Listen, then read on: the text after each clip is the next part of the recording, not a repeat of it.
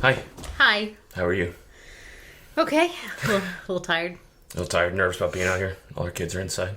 Yes. Thank you for taking a moment to do this with me today. You're welcome. So today is kind of like an important day or a special day to me.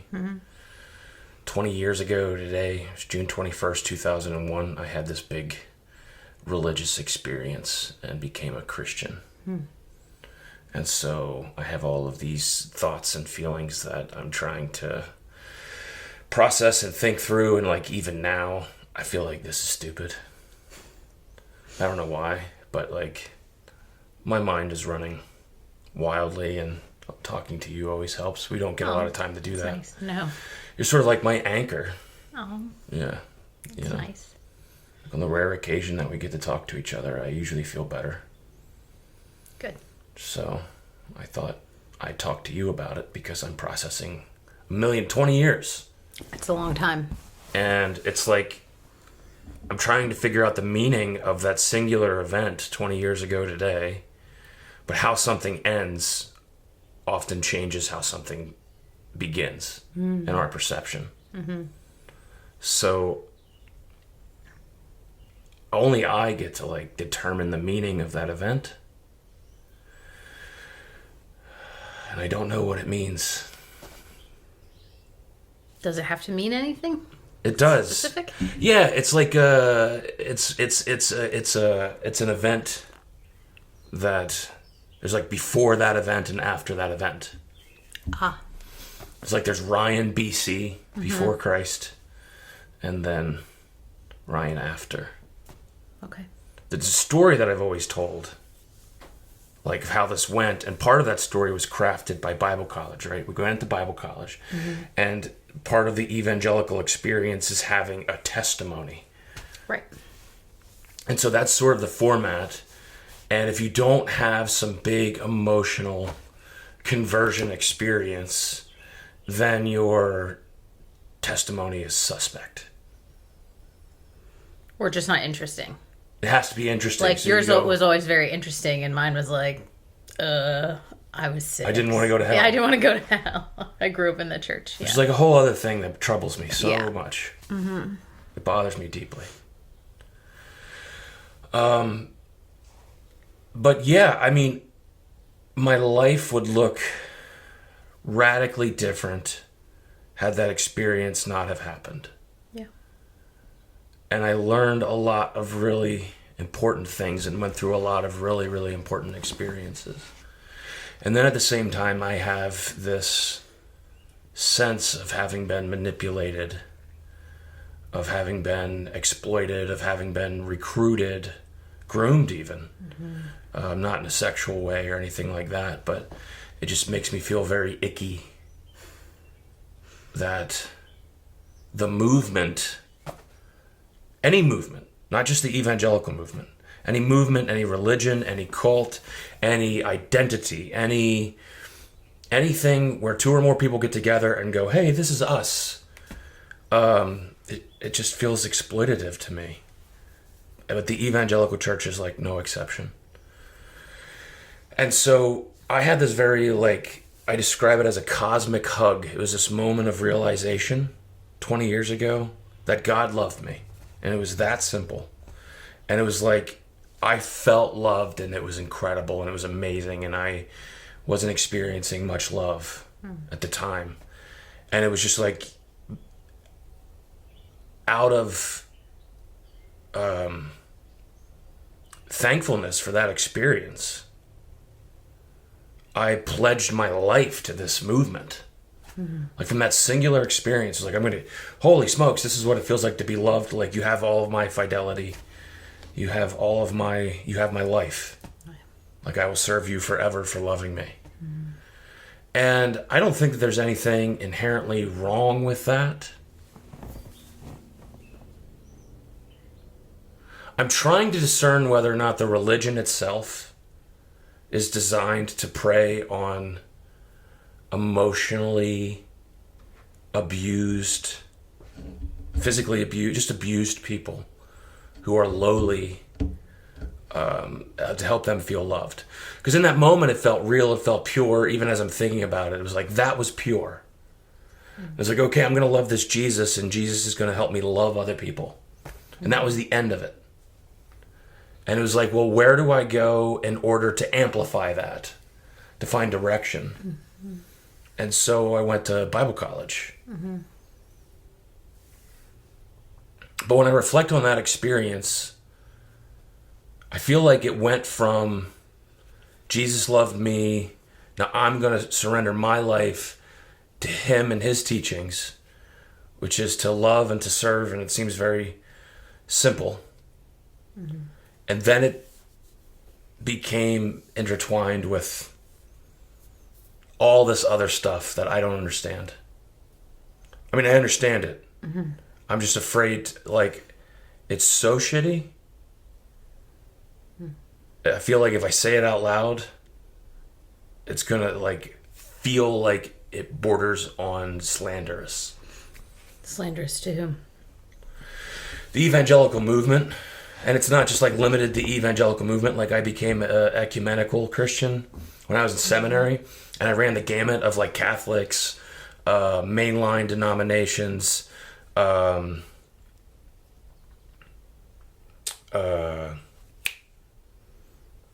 where we went to church, Episcopal. And I found out that, like, I liked the doctrine. I liked everything that I liked about the Christian faith to begin with. It's like everybody talks a really good game. And then you get into the movement, and you're serving it, and it's like you guys are all the same. Yeah. You're the same people. So I feel 20 years later, I feel hurt. I feel betrayed, and I can't figure out who betrayed me. But I feel lied to. Why don't you back up a little bit and talk a little bit more about when did the shift happen for you from, like, feeling loved, feeling like this is the path for you, this feels right and simple and good, to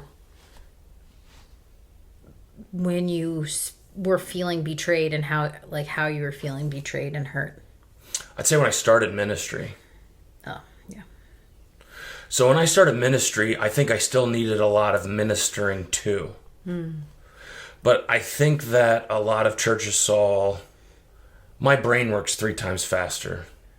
You know, like, I listen to my Audible books at 1.5 to 2, the speed, and that's comfortable for me. And I also have, like, that autofill feature. And I'm rarely wrong. Like, where people are talking to me, and I'm like, I know. I'm a paragraph down the road. Let's get down here. I don't do that with my clients, because it's about them exploring. But when I'm, like, in my life working, so my brain is very fast. Agonizingly quick, and my ability to, like, organize data and compile it into, like, a speech. I think that a lot of people saw that talent and wanted it. I still need it ministering to. I still need ministering to this day. It's like, but I can't go to church without somebody asking me to do something. And not only that, but, like, at this juncture in my life, at 36, I don't feel like anybody in the church has much to offer me. Right? Which is a whole other thing, right? Because you go to the church to serve, but and not be served, and I agree with that. But so anyway, I don't want to sound like a consumer, but I need help that the church doesn't offer. Like, the church talks about getting people to come in and to, like, don't be a consumer, be a giver. But then it's like, well, who are we ministering to? I think churches, I mean, we've been in the inner workings of churches, right? And a lot of it is, how do we minister to people? Like, how do we we need different programs for different people. And then it's like you minister to people just long enough to, like, sort of, they get their claws into you. Right. And then they're like, well, now you need to turn around and give back. So it's just like this cycle. Stick and carrot. Yeah. When you were talking about, like, how you felt sort of lied to, the image it brought up for me was, there's this really old TED talk that this guy gave on education about how after the Industrial Revolution, education became like a factory. Like we put a kid on a conveyor belt and we expect them to go through this system to the end and then they're done. And then it's like, now go be productive. And it sounded a little like you got out of Bible college and then you were sort of, well, you were put on that conveyor belt like at your conversion, right? And people bring you in, people bring others into the church and they just like put you on this path. They use me to bring more. I feel used to get people in, to bring more people. Like they rewarded my vulnerability. Mm-hmm. They rewarded my, like when I would share and I would cry and I was, I'm a traumatized kid. Mm-hmm. And they're exploiting my trauma and my vulnerability and encouraging my vulnerability in order to bring more people into the fold. And it all feels very manipulative and icky.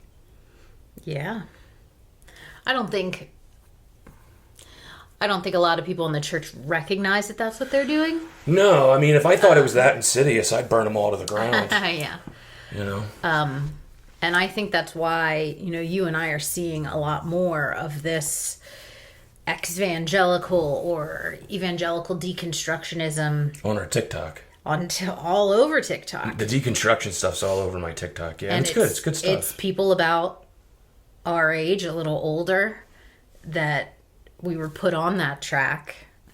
And now we're looking back saying, hey, wait, this doesn't feel right. Mm-hmm. So I don't think you're alone. No, in looking back and saying that system that we were brought into made you feel icky. It shaped our whole life. I mean, you and I made very lifelong decisions. Yeah. At 21 and 22 to get married, based on purity culture. Yeah. The proponents of which have all been ousted. Like, I Kissed Dating Goodbye guy, divorced. Ravi Zacharias, sleeping with whores for years. Ted Haggard, all of these people who were advocates of this ideology of purity, not only have we come to discover in our churches it doesn't work, the leaders who were pushing it didn't work. And so I like my life though. That's what's so hard about this. Yeah. Is like, I love you. Mm-hmm. I like what we have and what we built. I love our kids. I love this cabin. I love so much of my life. But at the same time, I look back and I was like, man, I needed help. And instead I got used. Yeah. I got fed all this nonsense about like demons and spiritual warfare and why I need to vote Republican and be distrustful of gays. And what is all of that? Like, I just wanted to love people. I was like, well, I think they get you in the door with love, right? Yeah. But then the follow-up to a lot of that is shame culture. And it's not just with purity culture. It's with that you are a sinner. You were born a sinner. And that you are basically worthless unless you accept what we're teaching you. Right. And then follow these steps. That's a great point. So I learned a lot of foundational, really, really important things from Bible college and seminary. But it was always like, hermeneutics is my favorite. Hermeneutics is the art and science of interpretation. Right. And they're like, here's how to be as objective as possible to interpret the scriptures. Great foundational stuff, not just for scriptures, also for life, for my counseling practice. I use it every day. And they're like, we're not dogmatic like Catholics, right? Like, we're open to what the Bible teaches. And then so like I would exegete the scriptures, and I think I'm very good at exegeting, at paying attention and deconstructing things and organizing things and trying to see what the original author meant to the original audience, and then what are the broader contexts. And I think I'm very good at that and always have been. But it's like, we're not dogmatic.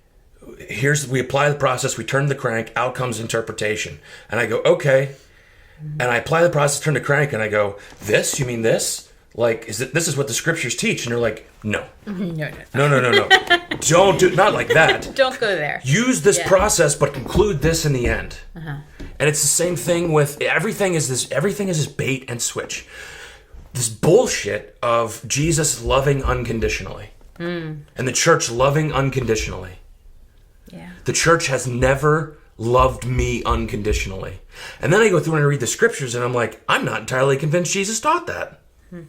Like, he loved the world, but salvation comes to Zacchaeus when he realizes that he cheated people out of money and he sets out to make it right. That's when salvation comes to him. So there's this whole thing of like, the church, we love you unconditionally. No, you don't. Because as soon as I step into your community, the moment I deviate from your expectations, you're going to punish me. I feel a very strong sense of betrayal in the fact that you're promised and told one thing.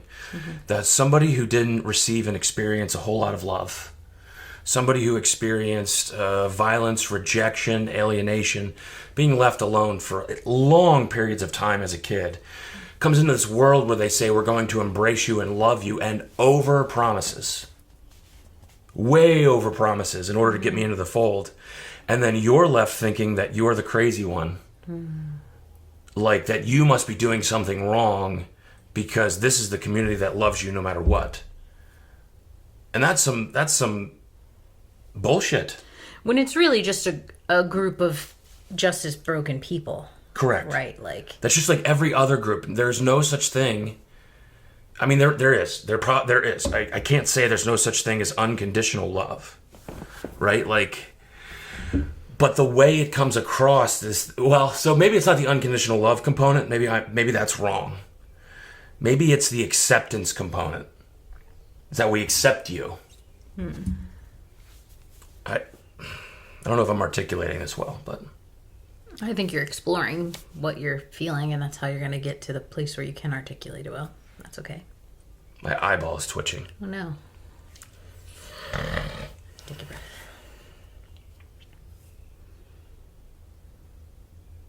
You know, because there's that other part of me that when I'm working something out, there's this other part of me that's going like I would say to anybody else who's in my office, like, you are not the consummate victim. Right? It's like, it's my expectations might have been too high of what other, like, there's a part of me that just for balancing purposes and to get a full measure of the picture is like, were my emotional needs too great and my expectations too high?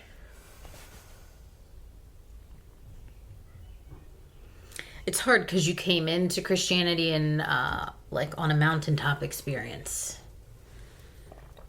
Yeah. Right? Because the church, what's the word I'm looking for? Creates these retreats like that you were on, right? They dim the lights and they play the damn chorus over and over and over again. And the preacher speaks with this cadence. Builds the emotions. They manufacture the moment. That's what they manufacture the moment. And then it makes me want to puke every time I see a sermon. You come home from that and to something that's not that. Yeah. Like, and then you spend your life chasing it. Thinking there's something wrong with you if you're not living up on this mountaintop. I had this moment. And I know we talked about that before, like, you can't live at the mountaintop. We have mountaintop experiences and there's valleys and whatever. But I don't think people, the focus is so much on manufacturing that moment and getting people to accept Christ. And they're like, yeah, great. Like, now go to Sunday school, like, where it's very normal, everyday life. Like, it's the lady from 3 doors down, like, reading you a packet of stuff. That's Sunday school. It's not. And maybe they've gotten better at that. I think some of these bigger churches, try to, again, put you on that path in the factory. Like, oh, now that you've accepted Christ, this is what you do. And you get a mentor and you da-da-da. But the end result is, like, now you turn around and you help other people, or now you need to serve in the kids ministry, or how is it different than anything else? Like, what is the distinguishing factor? Now, I know we have Bible college answers for this, but honestly, what is the distinguishing factor from evangelicals and severe far right evangelicals to Jehovah's Witnesses, to Mormons, really to any other community of religious belief. Like, how is it different as far as the community goes? Not teachings, but how do Christian communities look any different as far as the emotional manipulation in order to garner conformity from their adherents? The facade of love masquerading, no. Control masquerading in a facade of love. Mm-hmm.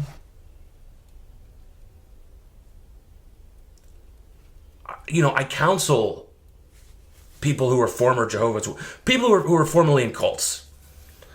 And I'm listening to people who are in cults and call it what they are, and I'm going, holy shit, that doesn't sound too terribly different from a lot of the evangelicals coming into my office at all. Mm-hmm. Same damn thing. When you said that control, what did you say? Control masquerading as love? Control masquerading as love. That's just a toxic relationship, right? It's toxic. Yeah. It's toxic. Another facet that is pissing me off is as I see friends that I've graduated with from seminary go on to do the thing. Yeah. Because I don't want to be a dick. I really don't want to be a dick. Go ahead, be a dick. I'm not trying to be a dick. I'm just like, if your Jesus needs a fucking fog machine and a light show and for you to sing the chorus 20 goddamn times, mm-hmm. If you need to talk in a cadence, if you need to list a series of traumatic and tragic things to try to connect with everyone in the room, mm-hmm. If you need to talk like this, maybe you're going through a divorce. Maybe you just lost a loved one. Maybe you're feeling a sense of rejection. Jesus just wants you to know that it's okay and that he fuck you if you have to do that. Fuck you. Mm-hmm. How dare you exploit a room full of people with traumatic happenings with your bullshit list of there's no shortage of people I talk to that are so steeped in those communities. Like, I felt like the pastor was talking directly to me. That's by design. Mm-hmm. That is not mystical. It's not God speaking to you. It's people designed to emotionally manipulate you, to tell you this is your problem and we have the solution. Mm-hmm. You want to know what's lacking in a culture, in any given culture? Look to what the church, primarily the evangelical church, is selling. Is like wrapping Jesus in. Mm-hmm. So loneliness has been rampant since about, started in about the 1960s mm-hmm. in the United States. There's a whole trajectory, like a whole sociological theory as to why Americans deal with loneliness. So what does the church wrap Jesus in? Community. Mm-hmm. Community, community, community, community. Jesus is always the answer for everything that you're missing. And it's like, I don't get that when I read the scriptures. What the fuck are you talking about? That's not, Jesus didn't say anything about that. Like, I don't know. I'm pissed. I gotta re-garner myself. Garner's not a thing I gotta... I don't know. What do you hear me saying? It's manipulation. Yeah, I hear you. As a person who has, in a moment of, hurt, found, like, there have been moments where I found solace in that community, right? In that person who spoke right to me, in the music. I have too. I totally agree with you. I think we are missing community. Especially as a mom, we talk about like, oh, it takes a village and you need to find your village and you need to find your tribe. It's like, yeah, but that's really hard when all the moms I know work full time. Right. But it's the carrot and stick thing of your heart longs for community. Mine does too. Uh-huh. And it's like, come be a part of our community. We accept mm-hmm. you. Jesus, our Jesus. It's total, like, I've never seen a church. I just want to help you. I just want to help. Mm-hmm. I don't have to push anything on you. No, it's, if you want to stay at the homeless shelter downtown, you got to come to Bible study. And it's, if you want to be a part of our small group, So it's the agenda, it's the pretense. Like, if your God is that good, right? Like the God of Christianity that I read about, who causes the rain to fall on the righteous and the wicked, offer help without a fucking string attached to it. Because you get into that community, right? You get into that community. They say, how can we pray for you? And then you share with them and you get vulnerable with them. Then they tell everybody else in the community, pray for this family, because it's like Wednesday night prayer meeting, for example, is just a way to legitimize gossip. It's a way to garner power so that we can control and steer your life and feel above and over you. It's not what it's supposed to be. It's not what I read about. It's not what I wanted. But like, you talk about that community and all I hear is danger, danger, danger.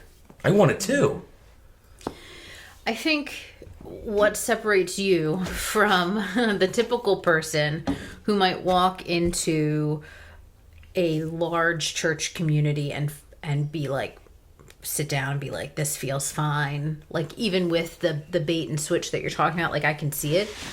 I think a lot of people are okay with that because they feel like what they're getting is worth it.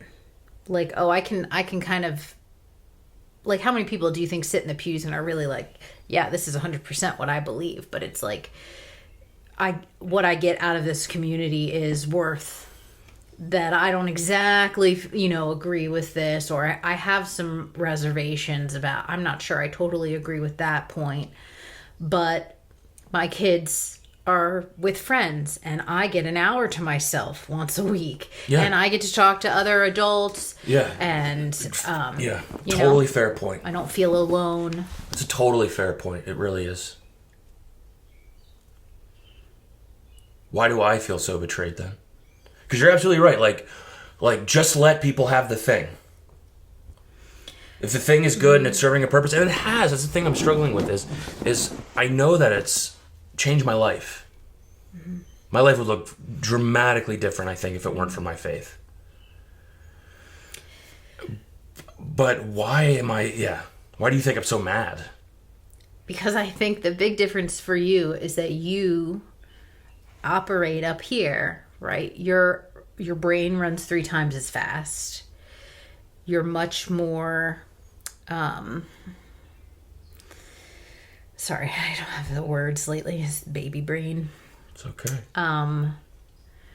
You look at something and you dissect it into 50 pieces. You see every piece of it at first glance. Like the rest of us, it takes time to break things apart, right? And you do it right away. Like you said, down the road where we're going, you're there immediately. And I think you got into Bible college and there were some people that you felt like understood you and that you trusted, that mentored you. And then you successfully. Yes. Who I'm friends with to this day. Mm-hmm. And you went on to seminary and you had that same experience, but then it started to splinter a little bit because that same, like, I watched you go through it. Those mentors said, well, what about Anglicans? What about these people, like, believing the different things? And then slowly that started to splinter apart for you and open up your worldview. And I think you may have needed someone who was on your intellectual level after they broke that apart for you to come alongside you a little bit more. But because they were still training you for ministry, because it was a Master of Divinity program, they weren't interested in that.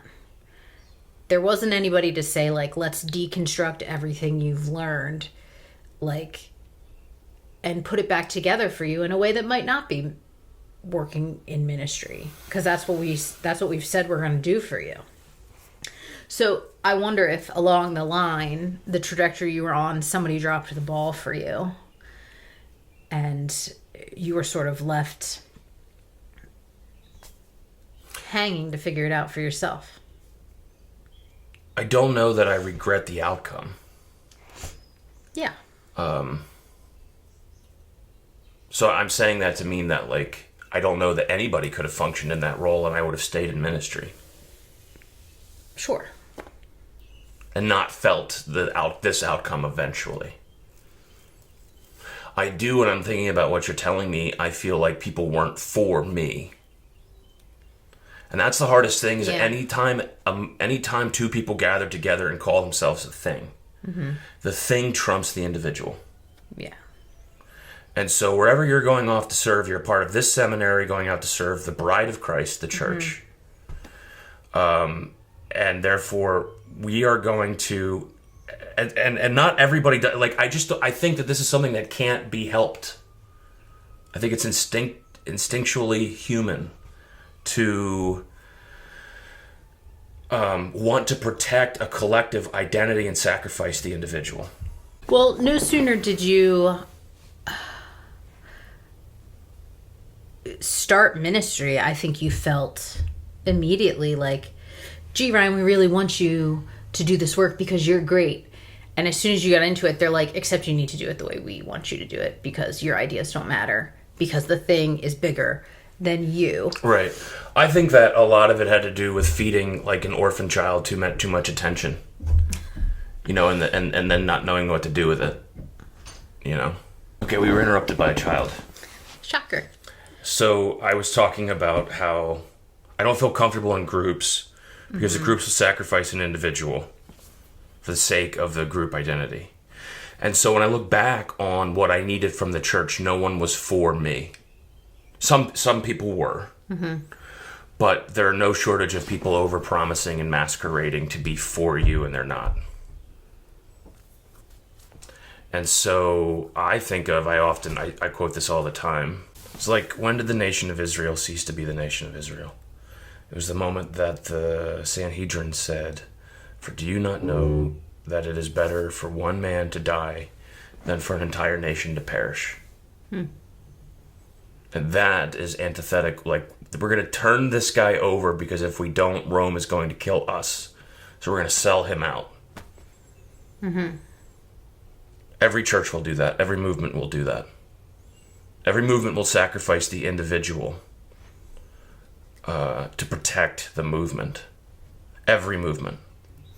Whereas I saw Jesus was a person who refused to participate in that. Like, from start to finish.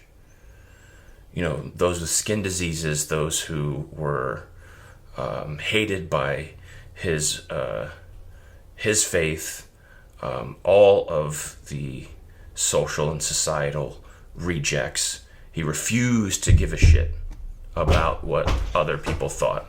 So yeah, I feel... Sorry, I was formulating a thought. That's okay. Do you want me to say it again? And then they interrupted us. I'm going to think about it as through the lens of an educator. Right? That I think all institutions struggle with that, the benefit of the whole versus the benefit of the one. How do we meet the needs of most of the people? Because your resources are limited, your time is limited, the number of people you have to, minister to others or help others is limited. But then when you add like a supernatural element to it, I think it does. It's manipulative. It changes things, and that's hard. Right, because now we're not basing decisions upon. So, for example, you're in an elders meeting, and somebody says, "I prayed about this, and I feel like God's telling me to do X, Y, and Z. That we as a church need to do X, Y, and Z." That's a whole other. Like, that's why, honestly, state schools are better than religious schools. Well, because you have... Because we don't have to... We don't have to masquerade our desires and package it in God's will. Like parents do with their children. This is God's will for your life. God wills it. Right? Yeah. It's part of your story. How do you know what God's will for my life is? Because God's will for your life is my will for your life. And no shortage of people who've heard shit like that. It's like the spiritual component of it is a wrench, is a man behind the curtain manipulating everything. There's absolutely no accountability for it whatsoever. Go ahead. I was just thinking in comparison to other institutions, right? Like other groups of people, like just a business per se, they have a straightforward objective. Like our objective is to manufacture and sell this object. That's what we do. If you're not like on board, you're not going to help us. Like you can get out, right? Right. Whereas a church, it's very like the objective is not clear, and I think it constantly changes because of the abstract quality of spirituality, right? It can change based on whoever is in charge that year or that season. So I wonder if on your 20th spiritual birthday you're looking back, I think like any child, like reaching adulthood, right? You're looking back and you're seeing a lot of the good. But like, well, when I was a child, I thought it was this way. And now that I'm an adult, I can look back knowing what I know now, you know, being older, being more mature. And I see that it was manipulative. And that makes us angry, and you have to take your parents off a pedestal at some point, right? And see them as real people and address what you went through in your childhood. That I think maybe you're going through something similar with the church. I agree with you, and then I'm like, that feels condescending. Oh, I'm sorry. No. Like, you're right, and then at the same time, it's like, I'm 36 years old, like, but I'm acting like I'm 20. But spiritually, you're 20. That's what I'm saying. Yes, but I don't think I'm wrong. No, I don't think you are. I'm just trying to draw a parallel between the experiences. No, yeah, I see the parallel, and I consider it. I consider it on one end, and then on the other, I'm like, this is a disease. It's like this other component of me. It's much, like, this much is a toxic deeper disease than that just other people need to know is a problem. Sure. But I don't know. And I think you're right, and I think that's why we're seeing the movement that we're seeing is other people are recognizing it as toxic, because as a culture, we're a little more aware of toxicity. Yeah. And its effect on us. Yeah. You know, now that we have enough time away from 2001, and it probably does take about 20 years, I look at sort of the trajectory of like September 11th happened, and it was so disorienting. Like, honestly, this shutdown felt very similar to me to after September 11th happened, and I'm like draft age. I'm 17 years old going, fuck. I'm going to Afghanistan, and then like by the time I'm graduating high school, we're in Iraq, and I'm like, what the hell? But anyway, I digress. How we as a nation swung so far right, so patriotic, so nationalistic, so religious. Like we adopted and championed the faith of the then President George W. Bush, right? Not Herbert Walker, just G. Dubs. And I look back and I just see the trend, and that's another component of this. It's just like I was just riding a wave. My story, my experience, my emotions, what I'm working through, my trauma, my skill set, all of it is just caught up in this big giant wave of what's happening in my nation. And I hate that. I hate that so much. It makes me basic, unoriginal. Like 9/11 happened and everything was disorienting. What did you do? Well, I found Jesus and went to Bible college.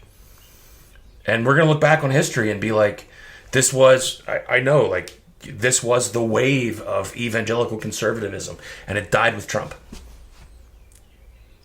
Hopefully. But everybody's going to look at, like, Trump was the outer workings of nationalism that was born on September 12th. Like, what was born on September 12th is what was conceived on September 12th, 2001, gave birth on January 20th, 2016. This hideous orange baby. And anyway, I'm a part of it, and I hate that. As another sense of betrayal, I look back on a historical sense of like what I got swept up into, and I'm like, it's story after story of me being duped. That's what all this feels like. It's just story after story of me getting duped. Every story in my life is me getting duped. That's how it feels. Until one day I'm going to be as jaded as my grandfather. And just fuck all of you. Hate everyone. Try to love people because I want to let them in, but I just distrust everyone. Just every story of my life just feels like getting duped. Is there any different way you could look at it? No. Pick a category of my life. No, what I'm trying to say is you could look at it as in everything I was duped, or as now I know better. Like then I didn't know, and here's what happened, and now I see the pattern. But it keeps happening. Has it happened recently? Yeah, with my business. How long? That was 2 years ago, though, right? Yeah, there's still a court and multiple investigations going on, and yeah, but I think even in the last 2 years, we have changed a lot. I know, but so try to hear. I know you want to make it better. Okay. And I love you for that. No, I don't apologize. I appreciate it. I'm just looking at like you want to tell me right now, I think you're doing good. Like, Ryan, that's not the case. Not always the case. You've grown. Yeah. And I appreciate that. But as I'm sitting here processing what's going on for me, I'm looking at it and saying collectively, you know what the problem is with every story is that I feel duped and betrayed. Yeah. Every story. Every time I thought I'm going to get the love that I need, or I'm going to get where I need to be in life, somebody stole from me or took advantage of me or da-da-da. And then as I hear myself talk, I'm like, oh my God, like, look inwards, dude. This is what I would want to say. Like, as a counselor, I would be like, look inwards. Mm-hmm. That's not to say that you're not seeing, you're wrong in those outcomes. It's to say you're attracting and inviting and allowing things to happen in your life, which is a whole other deeper thing. But I feel like this whole talk has led to the singular, solitary conclusion that in all of these stories, all of these events in my life that I feel hurt by, it's because I feel duped and manipulated. So it's understandable why you feel angry. Specifically, yeah. I mean, I am just a wash of anger, but specifically, right there, yes. Yeah, I feel that Jesus found me, and I'm working. It feels like a separate subject. Like I'm working through the validity of that experience because was that manipulated? Right? Was my emotional state manipulated? But my life is exponentially better for it.